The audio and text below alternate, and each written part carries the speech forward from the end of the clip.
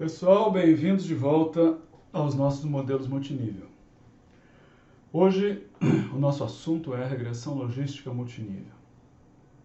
E a gente vai então passar daquele nosso primeiro passo da regressão linear multinível para a regressão logística. E vamos ver o que muda, o que fica igual, como é que a gente usa a regressão logística multinível no nosso dia a dia de epidemiologista. Desfechos binários, são os desfechos que precisam, que pedem uma regressão logística. Certamente vocês estão super familiarizados com eles, comuns na investigação em saúde, do tipo, morreu ou não morreu, desnutrido sim ou não, está doente sim ou não. Então eu vou trabalhar sempre nessa ideia de que o sujeito tem ou não um atributo. Frequentemente, a variável de base desses desfechos binários é uma variável contínua, como, por exemplo, o peso ao nascer, em que a gente classifica baixo peso ou normal. Prematuridade, idade gestacional, uma variável contínua, que a gente classifica em prematuro, não prematuro. A gente tem que tomar um certo cuidado com isso, porque podemos estar perdendo muita informação, podemos estar perdendo a sutileza, o detalhe do resultado, mas esses parâmetros, esses desfechos são muito comuns, muito usados, e a gente precisa saber trabalhar com eles. O parâmetro de interesse, quando a gente trabalha com um desfecho binário, dicotômico, é a probabilidade de sucesso, entre aspas, ou seja, a probabilidade do indivíduo apresentar aquele desfecho. E o que a gente faz é modelar esta probabilidade condicional aos preditores. Veja que, diferente da regressão linear, a gente não modela diretamente a probabilidade. A gente já olhou isso anteriormente. Dentro desse contexto de modelos lineares generalizados, eu tenho uma função de ligação que faz uma transformação da probabilidade para o logito da probabilidade, de forma que eu uso um modelo linear nos meus coeficientes, nos meus parâmetros, mas eu preciso fazer essa transformação do meu parâmetro de interesse, probabilidade, para que esse modelo funcione direitinho. Então vamos ver, olha, o que muda quando a gente passa da regressão linear multinível para logística multinível? Veja, primeira coisa, mudou a distribuição. Lá eu tinha o nível 1, uma variável como desfecho contínua, e eu trabalhava o resíduo de nível 1 como um resíduo que tinha distribuição normal, igual ao resíduo do nível 2, igual ao resíduo do nível 3. Aqui, o meu parâmetro de interesse tem uma distribuição binomial. Então, como é que isso vai funcionar? Veja, a parametrização do modelo fica assim. O meu y e j, que vai ser o meu desfecho, sim ou não, ele pode ser escrito como um π e j, ou seja, uma probabilidade de ocorrência daquele indivíduo, uma equação em que eu estou dizendo assim, olha, tem uma probabilidade aqui individual, mais um resíduo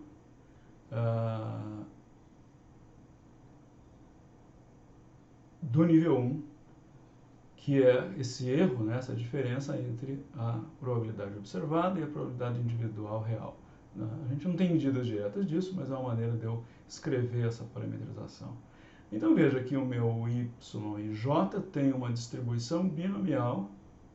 Cada indivíduo é uma distribuição, na verdade, Bernoulli, aqueles experimentos de Bernoulli. É uma binomial 1, porque é uma tentativa, com probabilidade π e j. E a variância desse desfecho binomial é dada pela expressão π e j, que multiplica 1 menos π π e j. Então veja que diferente da distribuição normal, que tem uma variância que é independente da média, aqui a variância está amarrada, ligada no π. Então, quando eu estimo o π, né, através do meu modelo, eu não preciso estimar uma variância, porque a variância é uma função direta do π. Tá? Então, essa é uma coisa importante da gente perceber, porque, de alguma maneira, né, que parece um pouco mágica, né, a variância do nível 1 na regressão logística multinível vai desaparecer. Ela não desaparece, ela está lá. O que acontece é que ela é amarrada com o meu parâmetro de interesse, de forma que ao estimar o π, eu já estou estimando junto a variância. Então veja que, dado isso, né, como é que fica o nosso modelo? O nosso modelo log do π sobre 1 menos π, ou seja, minha função de ligação da regressão logística continua lá, minha função de ligação, ou seja, o logito de π vai ser escrito como um alfa intercepto mais um beta x, ou seja, coeficientes vezes os preditores x, mais um u e j, pensando num modelo simples de 2 níveis. Ou seja, eu tenho agora uma equação em que a variância está amarrada no π, eu não preciso colocar lá, porque ela não vai ser estimada, e eu tenho o uj, que é o meu resíduo de nível 2, né, que é referente ao quê? As diferenças de probabilidades de ocorrência entre os grupos. E veja que esse uj vai ter uma distribuição normal com média zero e variância sigma 2, se for um modelo de variância simples, ou variância dada por uma matriz de covariância sigma u, se eu estiver trabalhando com um modelo de variância completa. Fiquem ligados, próxima aula. Então esse é o nosso modelo de regressão logística multinível. Vamos lembrar então que a variância está amarrada no meu parâmetro de interesse π, ela não precisa ser estimada de forma independente, e então eu vou ter, a partir do nível 2, um resíduo que continua tendo uma distribuição normal, como era no caso da regressão linear multinível. Então vamos recordar um pouquinho, rapidamente, o que são os parâmetros de uma regressão logística. Então veja que num modelo que tem uma variável, um preditor dicotômico único, o meu alfa, ele representa o log do π0 dividido por 1 menos o π0, onde o π0 é a probabilidade de ocorrência do meu desfecho entre os não expostos. E o beta é o log dessa expressão que está aí, que eu não vou ler toda, que é exatamente a razão de odds. Ou seja, o odds de ocorrência do desfecho entre os expostos dividido pelo odds de ocorrência do desfecho entre os não expostos. Bom, se o meu beta é o log da razão de odds, o exponencial do beta vai me dar a razão de odds. E é esse o parâmetro que normalmente a gente vai estar olhando, procurando e interpretando numa regressão logística multinível ou não. Então, veja que o meu modelo não me oferece direto uma medida da probabilidade ou uma medida da razão das probabilidades, né? O que o coeficiente do modelo me dá é uma razão de odds, mas é possível, através desse modelo, estimar a probabilidade de ocorrência do desfecho dado um conjunto de preditores x, né, que é a expressão que nós temos aqui, que eu vou ter lá, né, o exponencial de um alfa mais beta x, pensando em beta x como, né, uma expressão algébrica que se refere a todos os meus preditores x, dividido por 1 mais exponencial do alfa mais beta x. Então, com essa expressão genérica, eu consigo estimar qual é a probabilidade de ocorrência do desfecho para um padrão qualquer de preditores x. Se eu tenho um preditor dicotômico único, né, essa expressão simplifica e eu tenho que a probabilidade de ocorrência entre os não expostos é o exponencial do alfa dividido por 1 mais o exponencial do alfa, e a probabilidade de ocorrência do desfecho entre os expostos é o exponencial do alfa mais beta dividido por 1 mais o exponencial de alfa mais beta. Bom, sorte de vocês, o Stata tem aquele maravilhoso comando margins que faz essas contas todas para nós, né? E essas equações ficam lá escondidas por trás do comando. Mas o que o comando margins está fazendo, na hora que a gente pede, né, estimativas das probabilidades para determinados subgrupos, é basicamente aplicar essas expressões e calcular os valores para nós. Lembrete, enquanto a gente estiver trabalhando com estudos longitudinais ou estudos transversais, eu posso usar uma regressão logística e calcular probabilidades de ocorrência. Nos estudos de caso-controle, essas probabilidades não são estimáveis, elas estão confundidas com a fração de exposição, por conta da maneira como, né, casos e controles são escolhidos para o estudo. Então, nesse caso, tem que lembrar que não dá para sair estimando probabilidades de ocorrência, né, porque elas não são estimáveis e você vai estar... Quer dizer, o número vai aparecer se você usar lá o comando margins ou fizer uma conta, mas aquele número, aquela estimativa de probabilidade, ela vai estar enviesada. Bom, nós vamos partir então para um exemplo em que a gente possa explorar, interpretar e ver como é que uma regressão logística multinível é ajustada na prática usando o Stata. Então nós vamos trabalhar com dados da PNDS de 96.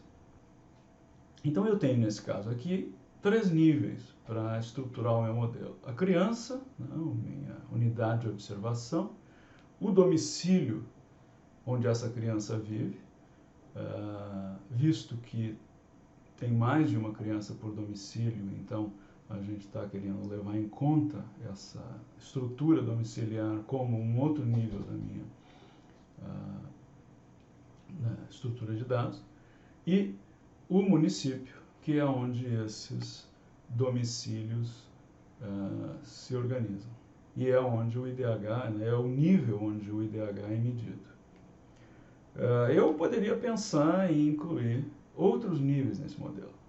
Eu poderia pensar, por exemplo, em incluir a unidade da federação, porque, afinal das contas, os municípios estão organizados no Brasil em unidades da federação. Alguém poderia também perguntar, bom, mas esse inquérito é feito com base numa amostra complexa e os domicílios, na verdade, são amostrados com base em setores censitários. Não precisaria incluir o setor censitário? Poderia ser incluído.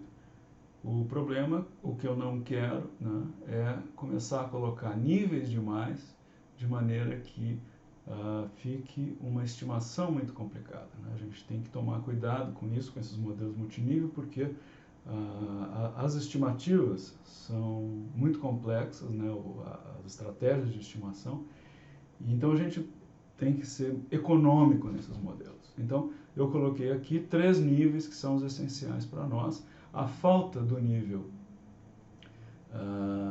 do setor censitário não vai alterar as minhas estimativas de variância, porque eu já estou levando em conta, né, a correlação que existe dentro do domicílio e dentro do município. Bom, o nosso desfecho, então, é o déficit de altura, e no Stata nós vamos usar o comando me-logit para ajustar esses modelos. E o ME vem do inglês Mixed Effects. Então, ajustando, né, a primeira rodada de ajuste, ainda sem nenhum preditor, eu tenho nesse banco 3.649 crianças que estão estruturadas em 2.910 domicílios, 445 municípios.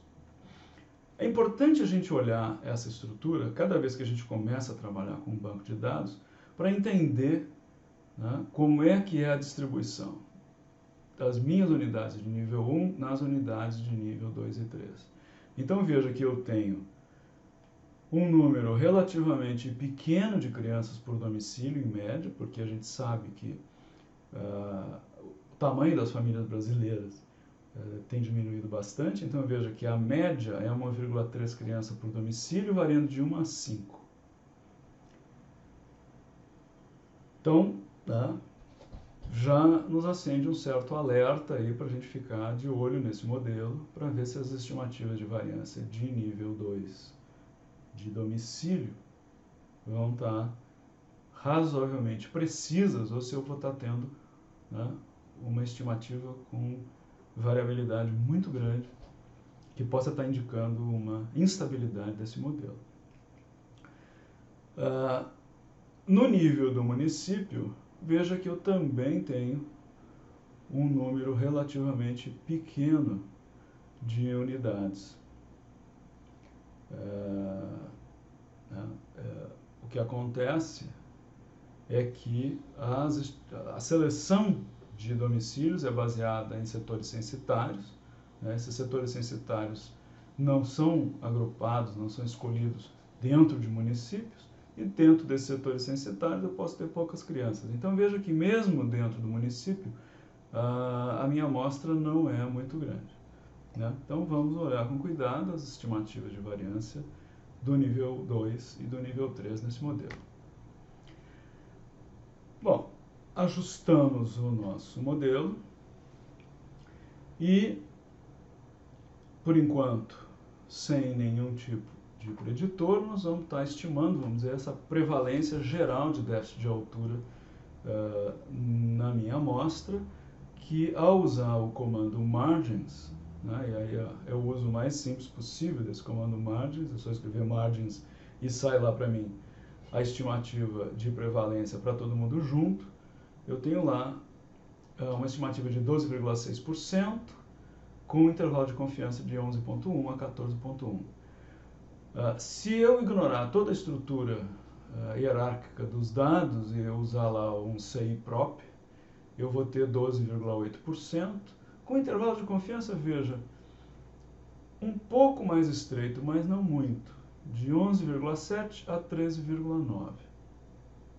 Então, quer dizer, a gente está vendo que existe um efeito aí de correlação intragrupo, etc., mas não é um efeito dos mais drásticos. Estimação desse modelo. O Stata demorou um pouco para incluir nos seus comandos algoritmos de verdade para estimar modelos multiníveis. Lá em versões anteriores ele era basicamente um comando externo que a gente instalava, demorava séculos, na maioria das vezes a gente não conseguia nenhum resultado. Houve um progresso enorme e agora a gente faz modelagem multinível no Stata com grande facilidade. Então veja que hoje o Stata usa para o modelo logístico multinível uma estimativa de máxima verossimilhança da mesma forma que a regressão linear multinível. Então o log da verossimilhança do modelo é calculado por um método de quadratura de Gauss-Hermite. E com isso, aquelas estratégias que eram menos computacionalmente exigentes de estimativa por quase verossimilhança penalizada, verossimilhança restrita, não sei o que, elas foram abandonadas. De forma que a gente vai continuar usando testes da razão da verossimilhança para fazer as estimativas de significância dos coeficientes fixos e aleatórios do modelo. Eu sugiro que vocês leiam, é uma leitura bem interessante, bem esclarecedora, o manual do Stata. O Stata tem um manual específico de modelos de efeitos mistos. E lá na introdução, páginas 9 a 11, tem toda uma explicação sobre essa estrutura de estimação, quer dizer, não o detalhe matemático da estimação, mas as justificativas, né, e a crítica de diferentes estratégias de estimação, que eu acho que vale a pena ler. Então fica a dica, Manual do Stata, o ME, o de Mixed Effects, páginas 9 a 11. Agora eu vou, então, ajustar o meu modelo, incluindo uma variável de nível 1, que é o sexo da criança. Então veja lá, que aparece, né, logo em cima, qual é o método de integração que foi usado para a estimativa da verossimilhança desse modelo, que é o Gauss-Hermite. E nós temos, então, uma estimativa do indicador de sexo masculino, uma razão de odds de 1,39. Ou seja, os meninos têm um odds de déficit de altura 39% maior do que das meninas. E é um efeito significativo. A gente tem lá um intervalo de confiança relativamente largo, né, mas indicando significância de 1,08 a 1,78. Eu tinha comentado sobre as estimativas de variância do nível 1 e do nível 2. Veja que nível 1 eu tenho uma estimativa de variância, do nível 2 e do nível 3, né? Tá vendo? Isso aí confunde. A variância do nível 1 é uma variância binomial que está lá amarradinha no meu π. Variância do nível 2, que é a variância entre domicílios, eu tenho uma estimativa de 1,59 com um intervalo de confiança de 0,88 a 2,89. Veja que é um intervalo de confiança bastante amplo, né? Mas não é uma coisa, vamos dizer assim, absurdo em termos de tamanho de intervalo de confiança, indicando que o modelo está funcionando razoavelmente dentro daquilo que a gente espera. E a variância do nível 3 entre municípios, 1,12, um pouco menor do que a variabilidade entre domicílios, e que então eu tenho lá um intervalo de confiança de 0,72 a 1,74, né? Um intervalo, uma amplitude menor do que a do nível 2. Bom, estamos bem. Então, veja, primeiro passo, parece que os meninos têm um odds de déficit de altura bem maior do que as meninas.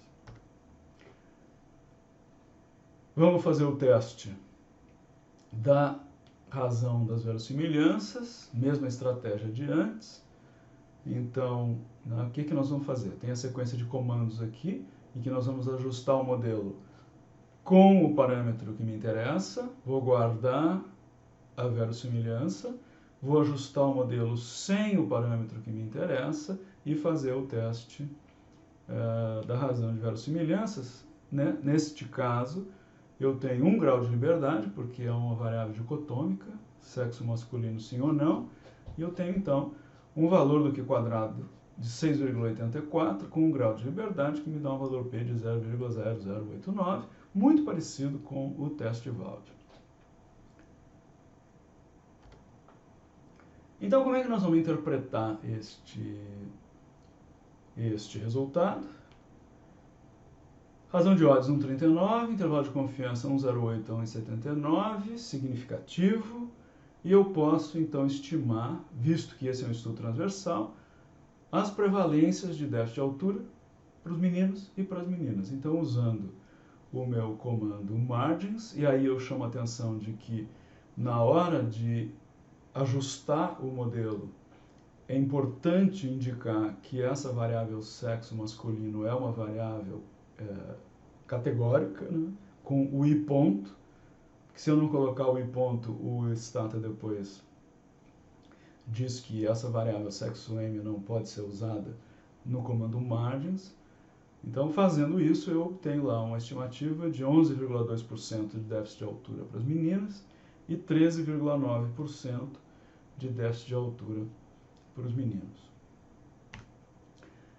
Agora eu vou incluir uma variável do nível 3, que é o índice de desenvolvimento humano.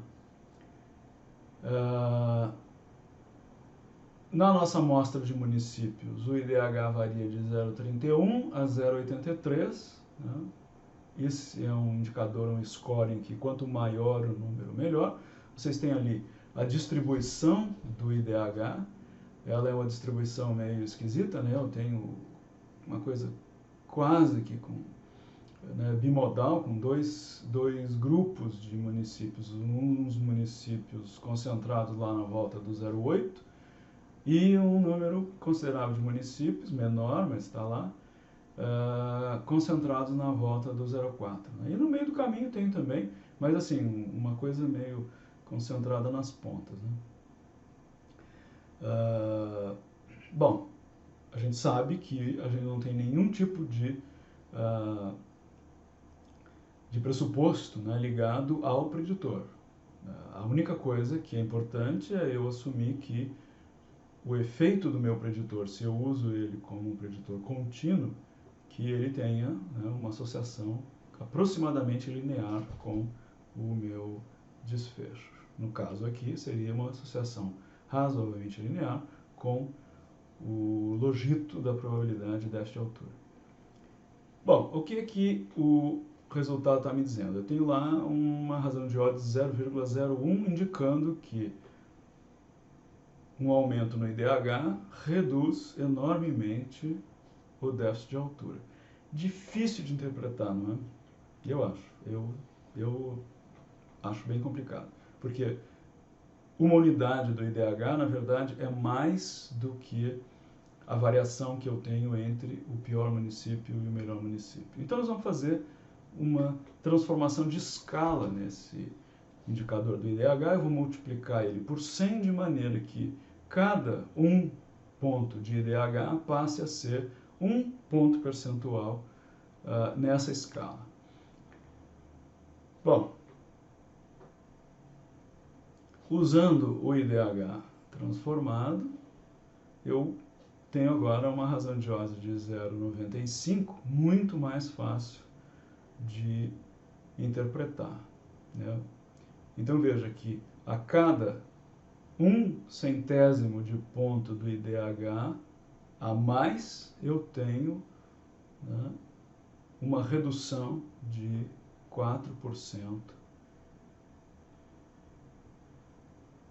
no meu odds de déficit de altura, né, arredondando a minha razão de odds aqui para 0,96.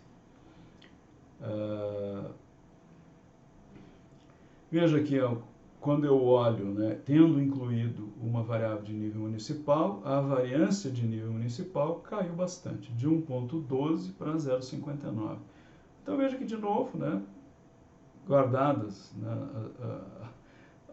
as variabilidades, as variações que existem nesses modelos, quer dizer, eu incluo uma variável importante de um determinado nível e eu vejo a variabilidade daquele nível se reduzindo. Como é que nós podemos interpretar isso? Bom, vou voltar ao comando margins para a gente poder entender o que está acontecendo. Então, eu vou usar o comando margins para estimar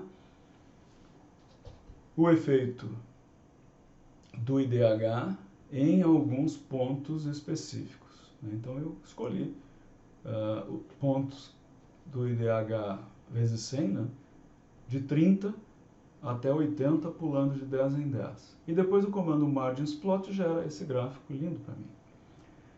Então veja que este modelo está me mostrando que os municípios que estão lá embaixo no IDH, eles têm uma prevalência de déficit de altura, e aqui é prevalência, não é odds, porque eu estou estimando a prevalência com o comando margins.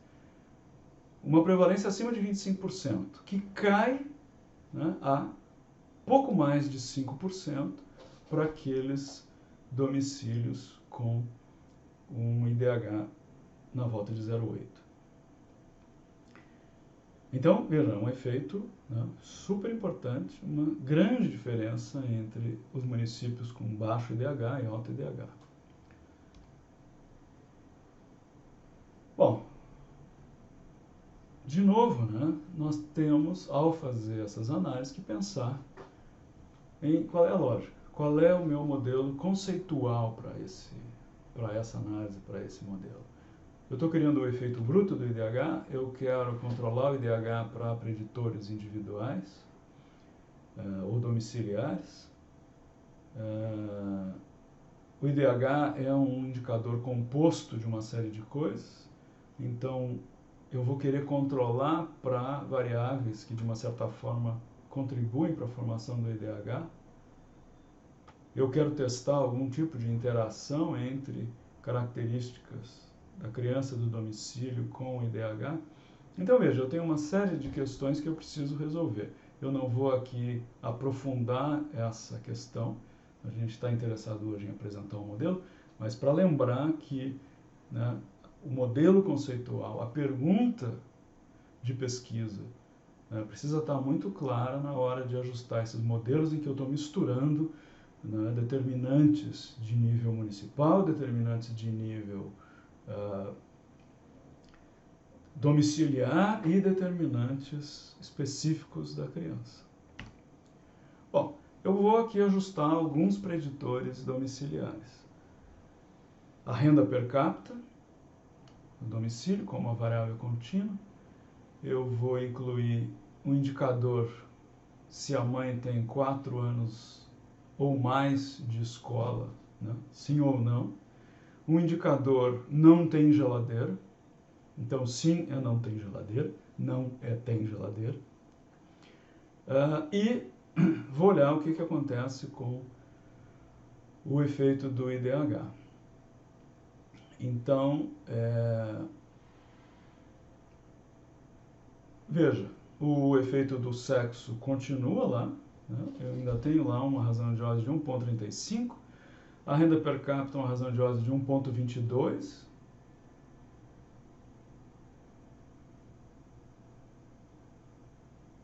não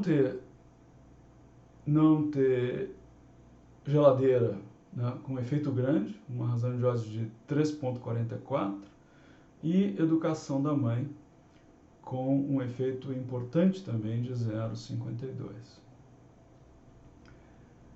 O que aconteceu com o IDH?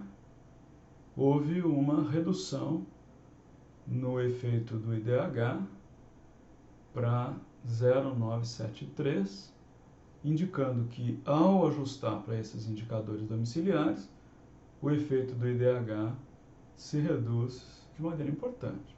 A variância do domicílio, quando eu comparo com o modelo anterior, cai também, de 1,6, né, para 1,37, indicando que eu estou incluindo algumas variáveis relevantes.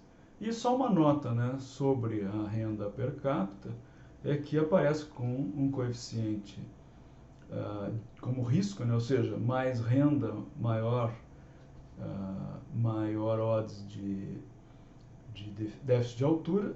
Só que a gente olha lá o valor P e a gente está vendo que neste modelo em que nós temos a educação da mãe e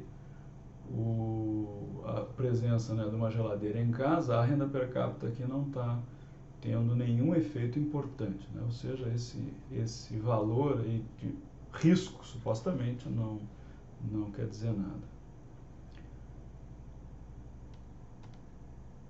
Vamos então comparar o efeito do IDH sem ajuste, ou seja, ajustado só para sexo, que a gente tinha inicialmente, e depois ajustado para renda per capita, geladeira, educação da mãe. Veja que, né, o efeito do IDH se reduz.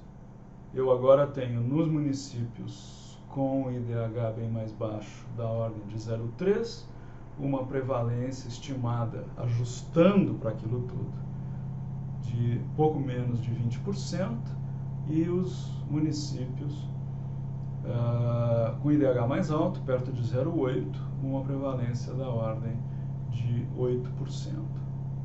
Então veja que esses indicadores de nível domiciliar, né, contam uma parte importante da história relacionada ao IDH. roubaram uma parte importante do efeito do IDH, que continua lá, né? E vejam também que é interessante que os intervalos de confiança dessas estimativas, eles aumentaram bastante. Então, pessoal, é isso, né? Temos mais um modelo na nossa caixa de ferramentas. Importante agora ler, estudar, botar a mão na massa, né? Ajustar e brincar com esses modelos, ir em frente, fazer perguntas, explorar resultados, para a gente poder realmente entender e ter segurança na utilização desses modelos que são extremamente úteis, extremamente flexíveis, mas que precisam de um cuidado razoável na hora tanto de ajustar como de interpretar. Muito bom! Até a próxima aula e nos vemos numa sessão ao vivo em breve. Até mais!